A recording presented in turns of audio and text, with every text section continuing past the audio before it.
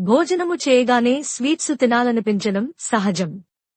సాధారణముగా సాంప్రదాయక భోజనాల చివర్న ఒక తీపి పదార్థము వడ్డించే అలవాటు ఉంటుంది.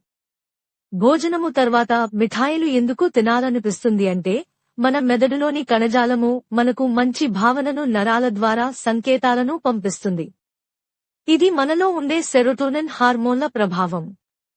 సెరిటోనిన్ అనేది మనలో సంతోషపు ఆలోచనలను, మన భావనలను నియంత్రణలో ఉంచే హార్మోన్.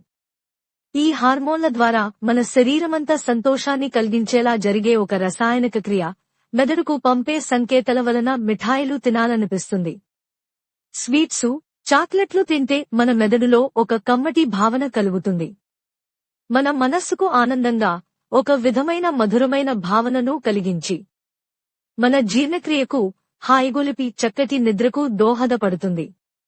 ఇంకా మన ఇళ్లలో ప్రత్యేకమైన విందులకు ప్రత్యేకమైన తీపి పదార్థాల కాంబినేషన్లు ఉంటాయి.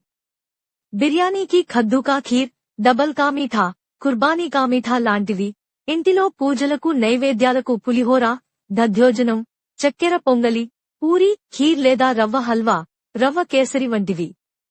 ఇంకా అరిసెలు, భక్ష్యాలు, కోవా గజ్జెలు, బెల్లపు గవ్వలు, రోజ్ పువ్వులు ఇవన్నీ మనకు సంతోషాన్ని ఇచ్చేవే. చాలా కాలంగా పెళ్లిళ్లు, ఇతర విందుల్లో భోజనం తర్వాత ఐస్ క్రీం కామన్ అయిపోయింది. ఇది సంగతి.